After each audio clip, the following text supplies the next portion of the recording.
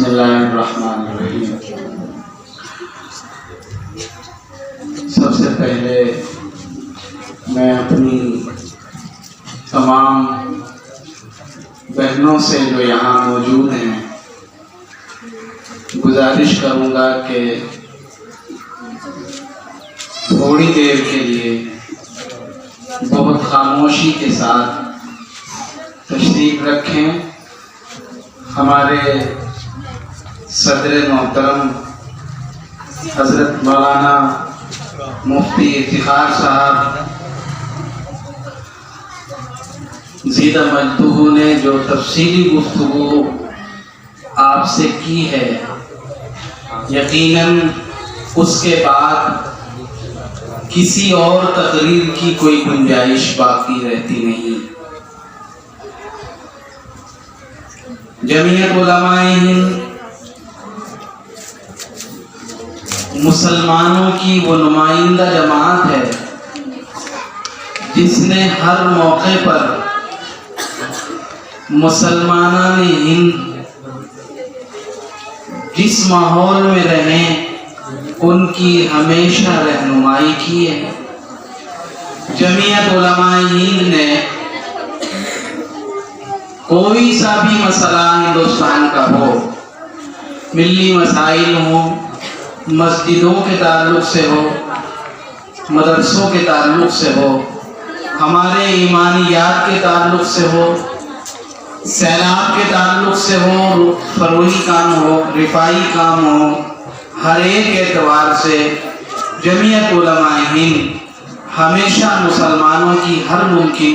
कोशिश करती है कि उनका ताउन किया जाए। हमारे बेकसूर नौजवानों को जेल में बंद होने का मसला हो, उनकी रिहाई की तदाबीर इख्तियार करना, बरूए कार लाना, उनकी बाजियाबी तक, उनकी रिहाई तक मुसलसल इक़दाम करना, जमीयत उलमाए हिंद इसके लिए हमेशा कोशा रही। मैं ये जो आगे बच्चियां बैठी हैं इनसे कहूँगा कि 2 मिनट के लिए ज़रा सा खामोश हो जाए। ये जो बच्चियां आगे बोल रही हैं सब ज़रा थोड़ी देर के लिए खामोश हो जाए। जमीयत उलमाए हिंद ने पूरे मुल्क में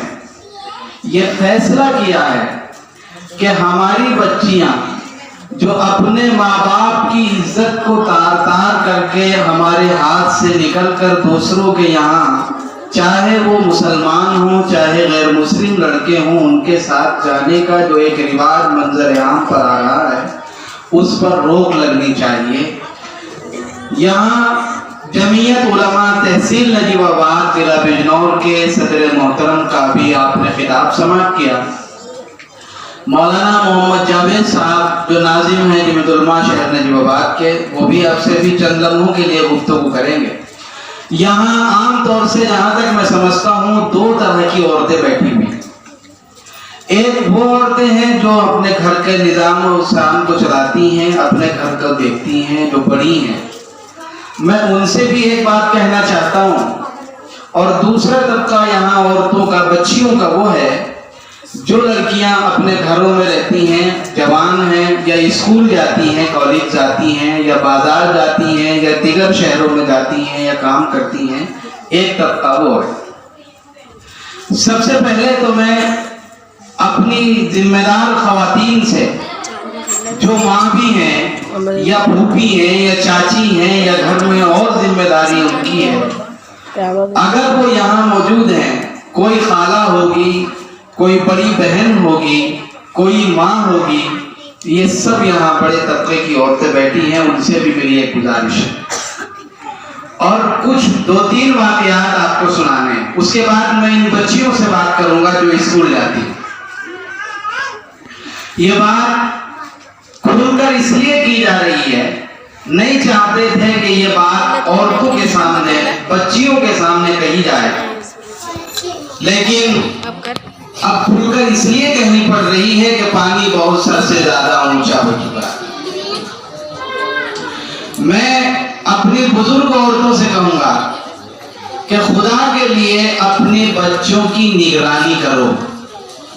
अपनी इन लड़कियों की निगरानी करो जो हमारे घर से निकलकर स्कूल और कॉलेज में जाती हैं या घर के बाहर किसी काम के लिए जा रही हैं। इनकी निगरानी करना ये तुम्हारा सबसे पहला फरीज़ा है। मेरे एक दोस्त हैं नजीबाबाद में,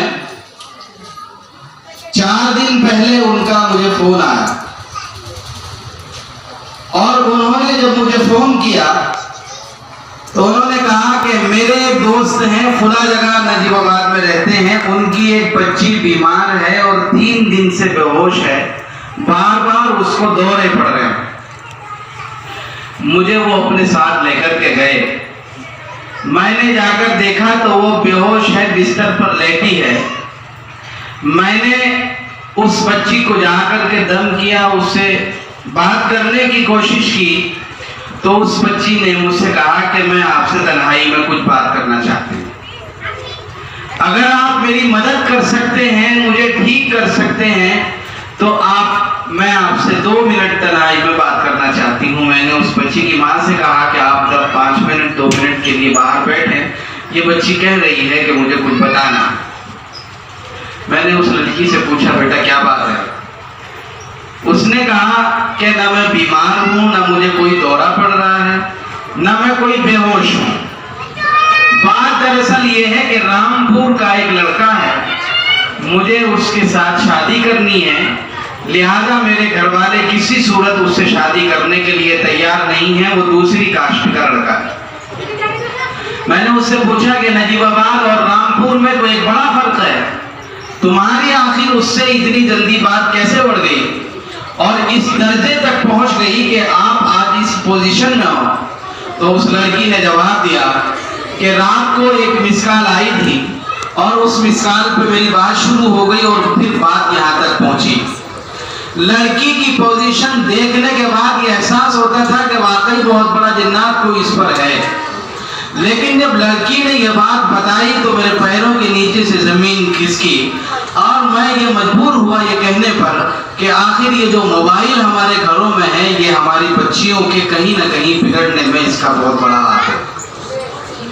ये हमारी बड़ी माएँ बहनें जो इस मजमे में मौजूद हैं, उन सब की जिम्मेदारी है कि अगर हम अपने घरों को आग लगने से बचा सकते हैं, अपने घरों में जलील और रुस्वा होने से बच सकते हैं, अगर तुम चाहती हो कि तुम्हारी रिश्तेदारियों में तुम्हारी बेटियां इज्जत के साथ शादी ब्याह करके चली जाएं, तो फिर तुम्हें इनकी निगरानी करनी जरूरी है। इसीलिए मैंने कहा कि एक बात तो मुझे आप सब उन बड़ी औरतों से करनी है जो घर की जिम्मेदार हैं कि अपनी बच्चियों की निगरानी करें, इनके मोबाइल को वक्तन फवक्तन देखते रहा करें, चेक कर लिया करें। आखिर क्या वजह है कि रात के 2-2:30 बजे ये हमारी बच्ची व्हाट्सएप पर किसके साथ में चैट कर रही है, फेसबुक अकाउंट पर किसके साथ लगी हुई है, ट्विटर ये चला रही है, किसके साथ रात को इतनी गई रात तक बात कर रही है? आखिर क्या वजह है कि धूप में गर्मी की शिद्दत में भी ये घर की छत पर मंडरा रही है और मोबाइल पर किसी से बात कर रही है? आखिर ये हम सब के लिए लम्हे फिक्रिया है। दूसरी बात मुझे अपनी इन बच्चियों से कहनी है जो बच्चियां यहाँ मौजूद हैं और वो स्कूल और कॉलेज में जाती हैं। मुफ्ती मोहम्मद इफ्तिखार साहब दावत बरकातुहुम ने बड़ी तफसील के साथ अभी जिक्र किया, ईमानियात के हवाले के साथ, कुरान मुक़द्दस के हवाले के साथ आप लोगों आपसे गुफ्तगू की है। मुझे उसमें बिल्कुल तफसील के साथ जिक्र कोई बात नहीं करनी। हाँ, मगर इतना अपनी इन बच्चियों से मैं कहूँगा कि जब तुम्हारी जिम्मेदारी और तुम्हारी हैसियत का अंदाजा तुम्हें उस वक्त होगा जब कल को तुम माँ बनोगी, तुम्हें जिम्मेदारी उस वक्त एहसास दिलाएगी कि हाँ, माँ बनने का दर्द और उसका एहसास क्या होता है। तुम आज किसी के प्यार में पागल होकर, किसी के इश्क में मुब्तला होकर और किसी की चुपड़ी बातों में आकर, उसके फरेब में आकर, लड़के की आसमान से सितारे तोड़ लाने की बातों में आकर, या मैं तुझे जिंदगी भर अपनी जान से ज्यादा अजीज रखूंगा ये कहकर तुमने तो उसका हाथ दामन उसका थामा है और उसका हाथ थाम कर जब तुम अपनी 20 साल की माँ की मोहब्बत को कुर्बान करके, अपने बाप की मोहब्बत को कुर्बान करके, अपने रिश्तेदारों की मोहब्बत को कुर्बान करके जब तुम अपना घर छोड़ करके जाती हो, तो खुदा के लिए उस वक्त को भी याद किया करो जब तुम पैदा हुई थी तो तुम्हारा बाप उस वक्त जवान था, तुम्हारी माँ उस वक्त जवान थी। तुम जब पैदा हो गई तो बाप की सारी तवज्जो तुम्हारी तरफ हो गई। माँ चंद दिनों के बाद ये कहना शुरू कर देती है, अजी अब कोई काम देख लो, अपना काम बढ़ा लो, हमारी बेटी सियानी हो रही है, इसके हाथ पीले करने हैं, इसको पढ़ाना है, अच्छे घराने में शादी करनी है। बाप मजदूर था, मजदूरी करता है, धूप में रहकर पूरे पूरे दिन फावड़ा चलाता है, कहीं खेत में जाकर के मजदूरी करता है, कहीं वो हमारा बाप जाकर के कहीं रिक्शा चलाकर, कहीं मजदूरी करके, कहीं रात मजदूरी करके, और कहीं मिस्त्री का काम करके, और कहीं झूले पर लटक कर रंग का काम करके अपनी जान को जोखिम में डालकर वो तुम्हारे लिए, तुम्हारे जवान होने के लिए, तुम्हारी पढ़ाई के लिए, तुम्हारी इज्जत नफ्स के लिए वो अपनी जिंदगी को दांव पे लगाकर 4 पैसे कमा करके लाता है। और जब तुम 18-20 साल की हो जाती हो और उस बाप की कमर झुकने लगती है, उसको बड़ा अरमान होता है इस बात का कि मैं अपनी बच्ची की शादी करूंगा। हर एक वो खुशी जो दुनिया में मिल सकती है, बाप ये कोशिश करता है कि मैं अपनी बेटी को वो खुशी दे सकूं। लेकिन तुम जब किसी गैर के साथ जाकर अपनी मर्जी से शादी करती हो और किसी मुसलमान के साथ जाओ या किसी गैर मुस्लिम के साथ जाकर जब तुम शादी करती हो, तो उस बाप ने जो 20 साल तक तुम्हारे लिए खून पसीना बहाया है, खुदा की कसम अगर उसकी बद्दुआएं जिस माँ ने अपने पेशाब में रात को वक्त गुजार कर ठंड के मौसम में और तुम्हें जवान किया हो, जिसकी छातियों से दूध पीकर के तुम जवान हुई हो और तुम्हारे सीनों में आज जो है खून दौड़ रहा है, तुम्हारे दिल धड़क रहा है, ये इसी माँ की बदौलत है जिसने अपना खूने जिगर दूध की शक्ल में तुम्हें पिलाया है। जिस भाई ने अगर किसी ने तुम्हें गाली दी है तो उस भाई ने अपने आप को दूसरों से लड़ बैठा है। जब तुम उस भाई की इज्जत को बरसरे बाजार नीलाम करके और इन भाइयों को और इन बेटों इन अपने बाप को और अपनी माँ को और अपने रिश्तेदारों को रोता बिलखता छोड़कर जिस वक्त तुम गैर लड़के के साथ जाती हो, खुदा की कसम अगर तुम्हारे निकाह में भी या तुमने किसी हिंदू के साथ शादी की है उसमें भी इन माँ बाप की बद्दुआएं लगेंगी तो जिंदगी भर परेशान रहोगी।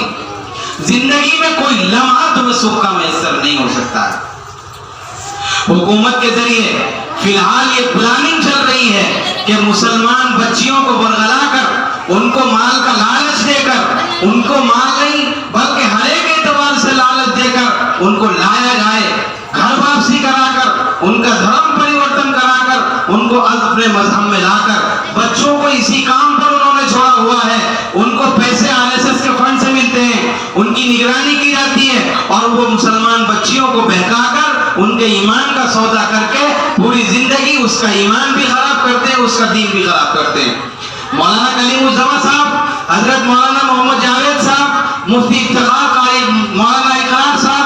अभी 1-1.5 हफ्ते पुरानी रिपोर्ट है, हजरत मौलाना अब्दुल करीम साहब ने मुझे बताया कि एक लड़की उनकी रिश्तेदारों से गई किसी गैर मुस्लिम सानी लड़के के साथ और वहां से उसका अपनी भाभी के पास फोन आया और फोन आने के बाद उसने ये बताया कि मैंने ये गलती तो की है कि मैंने दूसरे मजहब के लड़के के साथ जाकर के शादी कर ली है, लेकिन आज मेरी पोजीशन ये है कि अगर 10 मर्द घर के अंदर है वो तमाम के तमाम जो है मेरे साथ नाजायज ताल्लुकात कायम किए हुए। यह सूरत हाल है। तुम्हें बहू बनाकर नहीं ले जाया जा रहा है, तुम्हें बहू बनाकर नहीं ले जाया जा रहा है, तुम्हें गलीज नाली का गंदा कीड़ा बनाकर तुम्हारी इज्जत को तार-तार करने के लिए और तुम्हें तुम्हारे दीन से, तुम्हारे ईमान से हाथ धोने के लिए तुम्हारे साथ ये एक गंदी स्कीम है, गंदी साजिश है जिसका मुसलमान बच्चियां शिकार हो रही है। इसलिए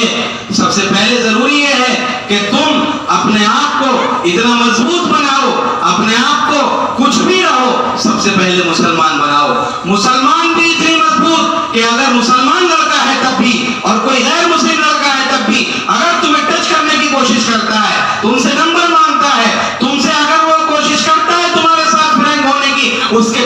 इतने जन्नतदार तमाचा रसीद कर देना चाहिए वक्ती फौरी तौर पर, ताकि किसी मुस्लिम लड़की को छेड़ने की उसकी हिम्मत ना हो सके। अपने अंदर ये जज्बा पैदा करो, और अगर तुम्हारे साथ कहीं फ्रॉड होता है, तुम कहीं ना कहीं किसी ना किसी अंदाजे में शिकार हो रही हो, तो फिर अपने माँ बाप को तामुल मत करो, इस बताने में देर मत करो, फौरी तौर पर अपने घर आओ, अपने घर वालों से आकर के बताओ कि फलाना लड़का मुझे रास्ते में तंग करता है, परेशान करता है। और मैं मौलाना कलीमुज़्ज़मा साहब, हजरत मौलाना इकरार साहब से ये बात कह करके जा रहा हूँ कि अगर इस तरह का कोई मामला, अगर आपकी बस्ती की बच्ची के साथ कोई हरकत होती है, या कहीं भी कोई गुंडा, चाहे वो मुसलमान की शक्ल में हो, चाहे गैर मुस्लिम लड़की गैर मुस्लिम की शक्ल में हो, अगर वो लड़का अगर किसी बच्ची के साथ ज्यादती करने की कोशिश करता है, किसी को बेजा परेशान करने की कोशिश करता है, चाहे ताकत के नशे में, चाहे मालदारी के नशे में, चाहे किसी और बुनियाद पर, अगर वो बात नहीं आता है समझाने से, आपसे गुजारिश ये है कि आप जरा सा तवज्जो फरमा करके हम लोगों को इत्तला करें। इंशाअल्लाह रोज़ अव्वल से लेकर उसके अंजाम को पहुंचने तक जमीयत उलमा हिंद उसके लिए हमेशा खड़ी रहेगी, चाहे उसके लिए मुकद्दमात लिखवाने पड़े, चाहे जो कुर्बानी देनी पड़े। जमीयत उलमा हिंद ने फैसला किया है कि हम बच्चियों के तहफ़्फ़ुज़ को यकीनी बनाएंगे, उसके लिए जेल भरनी पड़ी जेल भरेंगे, बच्चों की जमानतें करनी पड़ी जमानत भी करेंगे, मुकद्दमात लिखवाने पड़े मुकद्दमात भी लिखवाएंगे इंशाअल्लाह। इसलिए सबसे पहले आप यहाँ से उठे, याद करके उठे कि हम मुसलमान बाकी रहेंगे। आखिर में मौलाना जावेद साहब है, मौलाना कलीमुज़्ज़मा साहब यहाँ मौजूद हैं। मैं आखिर में यह बात कहना चाहता हूँ, हजरत याकूब अलैहिस्सलाम ने अपने बच्चों को जमा किया, और जमा करके सारे लड़कों से पूछा, पूरे पोतों से पूछा, खानदान के अफराद से पूछा, माता बुदूना मिन बादी, ये बताओ मेरे बाद तुम कौन से खुदा की इबादत करोगे, किसका अपना माबूद मानोगे? तो सारे बच्चों ने एक जुबान होकर के कहा था कि हम अपने आपके बाप हजरत इसहाक के, उनके बाप हजरत इस्माइल और उनके बाप हजरत इब्राहिम अलैहिस्सलाम के दीन पर कायम रहेंगे। ये आलमगीर तहरीक है जो अपने बच्चों के ईमान के तहफ़्फ़ुज़ को यकीनी बनाया जाए, इसके लिए सैयदना याकूब अलैहिस्सलाम की ये तहरीक हम अपने घरों में जिंदा करेंगे, और अपनी आने वाली नस्लों तक हम ईमान छोड़ करके जाएंगे। ये बूढ़ी खवातीन जहाँ बैठी है, घर की माएँ यहाँ बैठी है, घर की बड़ी जिम्मेदार औरतें यहाँ बैठी हैं, मैं उन सबसे गुजारिश करूंगा कि आज से ही आप भी यहाँ से हट करके उठें कि हम अपनी आने वाली नस्लों को इतना पक्का सच्चा मुसलमान बनाएंगे कि उनकी गर्दन कटती है कट जाए, लेकिन अपने हाथ से ईमान का सौदा नहीं होने दे, इंशाअल्लाह नहीं होने देगा। इसलिए आज हम जिस माहौल से गुजर रहे हैं, मैंने सेक्रेटरी रिपोर्ट अगर पेश कर दी, आप लोगों की आंखें फट जाएंगी। जमीयत उलमा तहसील नजीबाबाद के भी रिकॉर्ड में है। आप अगर कचहरियों में और जाकर के कलेक्ट्रेट में और जहां रजिस्ट्रेशन होते हैं शादी ब्याह के, अगर उन रजिस्ट्रेशनों में जाकर के देखोगी तो पूरे जिला बिजनौर के अंदर कोई गांव ऐसा नहीं है। हमारा ब्लॉक नजीबाबाद है, हम ब्लॉक नजीबाबाद में 104 गांव में, और जहां जहां मुसलमान आबाद है, कोई मुस्लिम गांव ऐसा नहीं है। एक दो गांव को मैं जिम्मेदारी नहीं लेता, लेकिन कोई मुसलमान गांव ऐसा नहीं बचा हुआ है जहां से कोई ना कोई लड़की मुसलमानों की गैर मुस्लिम लड़कों के साथ नहीं जा सकती। मैं दूसरों की बात नहीं करता, अपनी बस्ती की बात करता हूँ, भागवाले रहता हूँ। मेरी खुद बस्ती की 3 लड़कियां हैं, वो बंगियों के साथ गई हुई हैं, आज भी उन्हीं के साथ रह रही हैं।